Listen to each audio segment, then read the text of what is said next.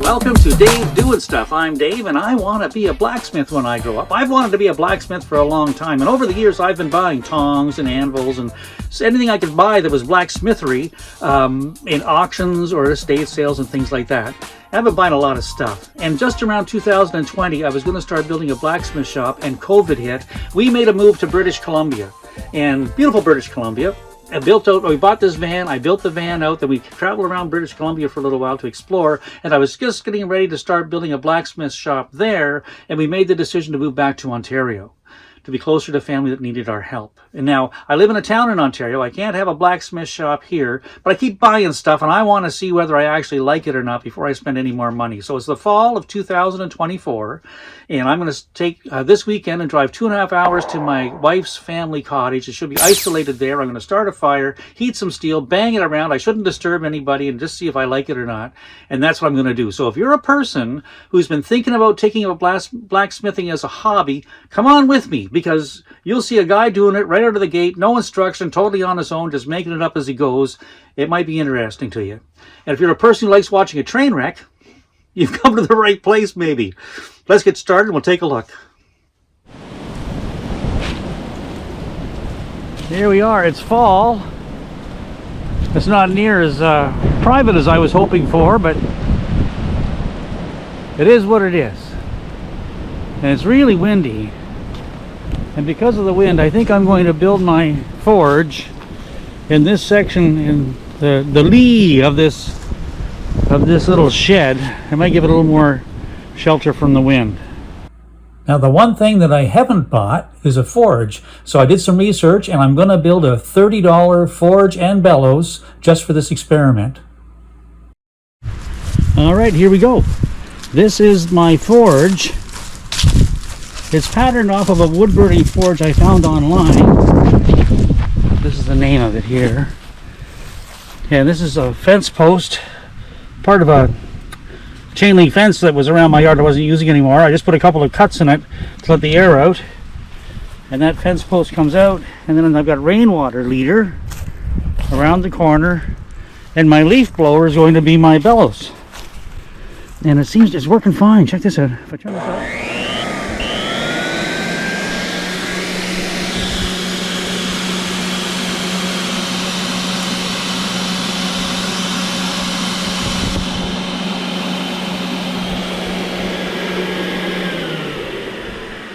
So that should work. That's all set to go. That took about 15 or 20 minutes. So now I've got to chop my wood so I have fuel for the morning. And here is the wood. I have no idea. You're gonna hear me saying that an awful lot this weekend. I don't know how big it's supposed to be, but it's hardwood, it's maple. I think it should burn pretty hot if I can get it going. So I've made the pieces. I've tried to keep them about between 1.5 inches, an inch to 1.5 inches if I can. Then you can see I've made about 5 or 6 inches long, thinking they'll fit in the, I'll be able to get a couple pieces in the hearth. I don't want a big rip roaring fire because the pieces I'm going to be trying to forge are quite small. This is about 3/4 of the wood I have access to for the weekend. I don't know how far it's going to go, but I'm looking forward to trying it in the morning. Now to get out some of the tools. I think I'm ready for tomorrow morning. I have my forge all set to go. The blower works, it's hooked up, everything's good that way. On the forge are my collection of tongs. I've been picking these tongs up at auctions, estate sales, every opportunity I get. I don't know which ones I'm going to be using. Some of these are clearly store-bought. Some of these are clearly handmade. They're hard to find, so I've been watching auctions for years and just picking them up when I can. So my theory is I'll have the forge going here, the steel getting hot, pick it up with a set of tongs, and then if I rotate this way, I have that's about a 13-pound or maybe 15-pound sledgehammer. It's really heavy, and I picked that up at auction. I've got it half buried to the ground. I saw this online. I can use that as an anvil of sorts. if I want to twist, I'm going to be doing some twisting. I can take the metal out of the forge, bring it to the vise, and the vise is anchored or will be anchored to this board, and I can use my weight to try and keep it from spinning. This is the theory. The other option I have is to take the metal out of the hot metal out of the fire and bring it to this anvil. And this is a 99-pound anvil I picked up again at auction. I'm sure being on the ground isn't ideal, but that's the best I can do for now. That's a beauty. I also have this piece of square stock that I just picked up at a machine shop. I thought I would try and someday, if I like doing this, use this in whatever you call this hole. I forget the name of it. And this might be a piece of material I can use to make something that would go in there. But for now, it's got they're good square corners. It's good heavy steel. So I may be using it to try and as I work tomorrow. I don't know what I'm going to do. And then even further over from the fire, just beside the anvil, I have this. And this is a piece of track. It's upside down right now. Let me see if I can turn it over. It weighs a ton. It's a piece of track. I picked this up at a machine shop. The guy gave it to me. He said it was given to him, and someone thought he'd find it useful, but he didn't. So he gave it to me. It's heavy. Another piece of track, and these guys have different profiles. So I'm not sure when I start bending the steel. I'm not sure which radiuses might be best to work around. So I've got this one. This guy's really rounded on the top, and of course he's got a nice flat bottom. And I'm not sure just how I'm going to be able to use these things. Now, and here I have a little baby anvil that was actually cut out of a piece of this track by a gentleman, an old relative of my wife's, who's since passed, and I was able to pick this up from his kids. They didn't have any use of it, and so they a couple of the tongs too. Little baby anvil. This only weighs about maybe 15 pounds, if that much. But again, I have no idea exactly which ones I'm going to be using and which ones will be most effective. I bought a new wire brush because apparently you need that. And then I brought with me a selection of hammers. I don't know what hammer is going to be most useful to me. I have 2 cross pins, a 3-pound Titan, and a whatever the heck this is. I got this at Surplus Herbie's in Vernon, BC. Picked this up for $15. You can spend a fortune on these things if you wanted to. I'm trying not to because I'm not sure I'm going to enjoy this very much. But I was at Princess Auto and I picked up this cross peen and this. It was like a sledge, a baby sledge, and I've tried to round off one end, the left end. I've tried to round it off a bit to make a rounder head for moving metal. Like apparently that's what you use. But I picked up these two as a set at Princess Auto for $14. I figured it's worth the experiment. You can spend $40 or $50 a hammer easy, and maybe someday I will. But for now, I just wanted to experiment and see. So I've got the 2 cross pins. I have a ball peen that I picked up at an auction that may be handy, I don't know. And I've got a couple of little sledges and a 2-pound hammer. This is a 2-pound Mason's hammer. I've had it for years. And a couple of odds and sods that just came in boxes at auctions, and I have no idea what they're even used for, but I thought I'd bring them along and just experiment. I have no idea what this is going to be like. And then I brought a couple of chisels, and I have some smaller chisels as well. I'll go over the chisels tomorrow. But for now, I think I'm set to start a fire, and I'm not going to start a fire tonight. I'm going to do it first thing in the morning. The forge is built, the wood is cut. First thing in the morning, we're going to start a fire and start heating some metal to make something. So what are we going to heat? I brought along about 4 feet of this 1/2 by 1/2 square stock. I have about 3 feet of 1/4 by 1/4 square stock, and I have several pieces of round stock as well. I think I have 1/2 inch round and 1/4 inch round stock as well. I'm going to start with this square stock though, because I think it's going to give me the greatest opportunity to try as many different skills as possible and see whether I like doing this or not. I also brought with me a classic railway spike. This one comes from Lillooet, British Columbia. It's mile 0 of the Great Canadian Gold Rush. A lot of folks make some really neat things out of railway spikes. This could be kind of cool. And I also have a smaller spike that I picked up at an auction. I thought it might make something neat too. So what am I going to make? A lot of the experts suggest that a beginner blacksmith should try to make some tongs because they're a useful thing and you get a chance. There's a lot of different skills involved in it and you can use it when you're done. But I don't want to make tongs because I don't know if I want to be a blacksmith or not.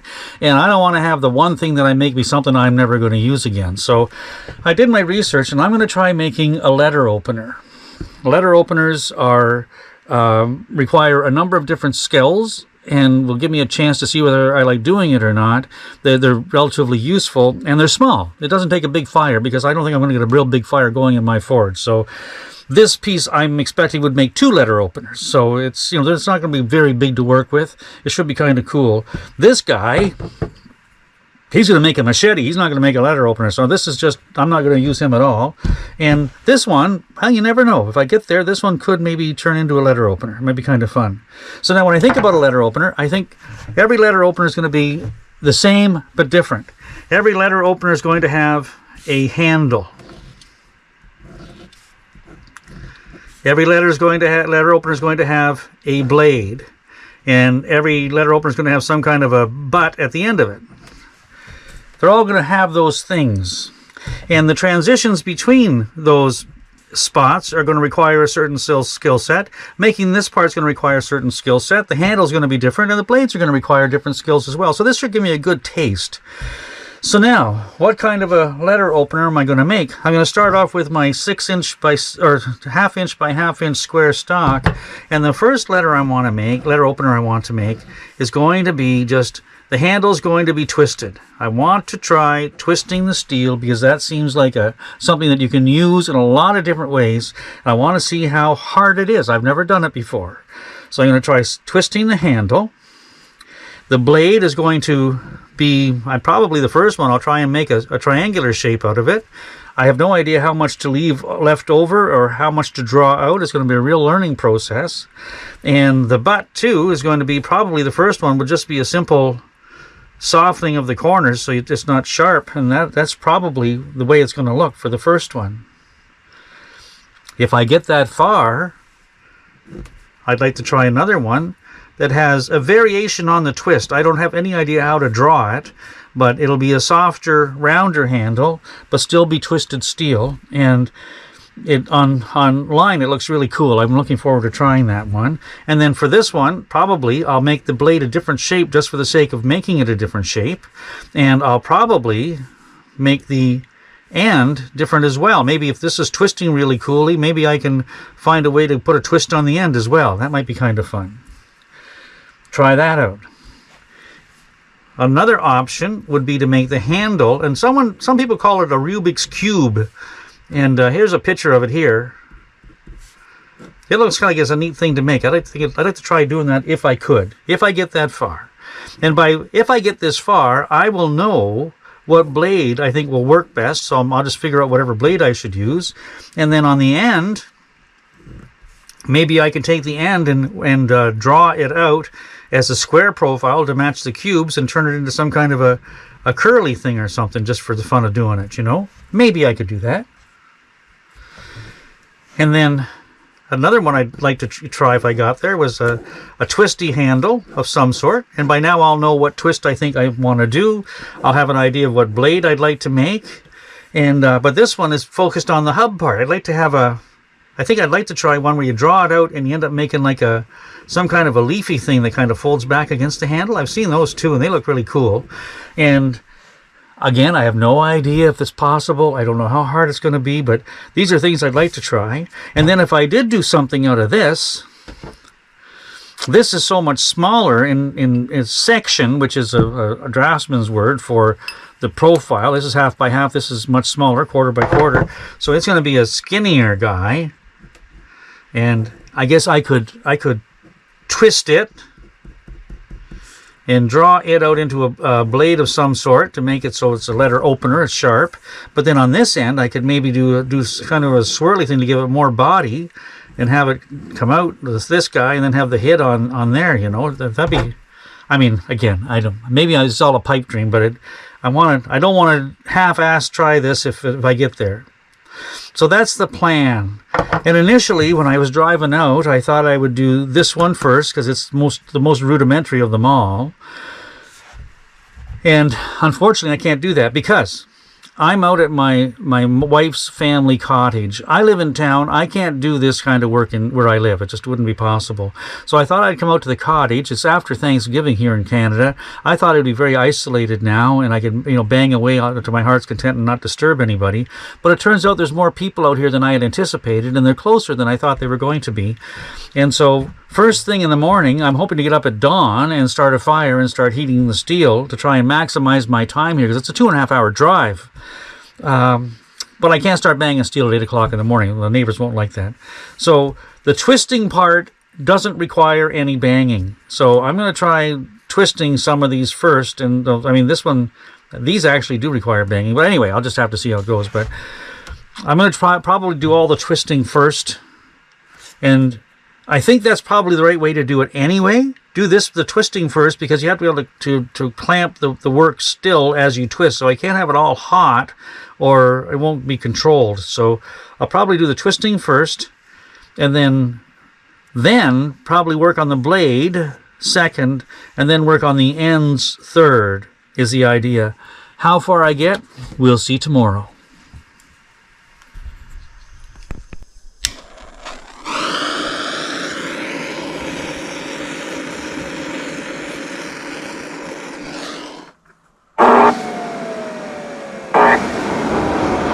Whoa! Oh, that's pretty cool.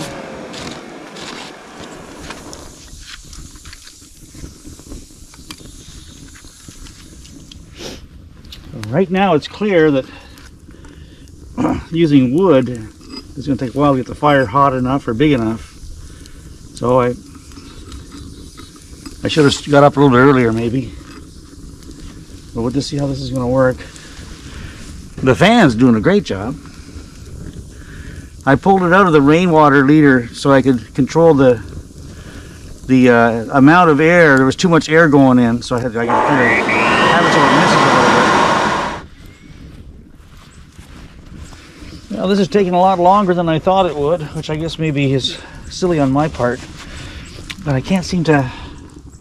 I'm not getting enough heat. This first one's starting to glow in the middle there by the look of it, but it's hard to tell. I gotta keep it in.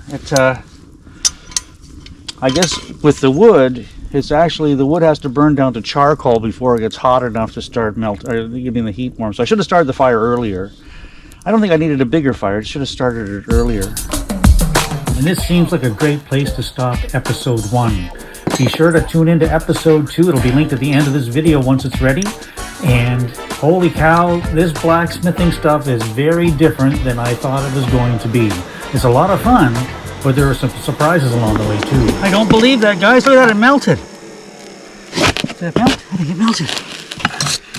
Look at that. I didn't know that was possible.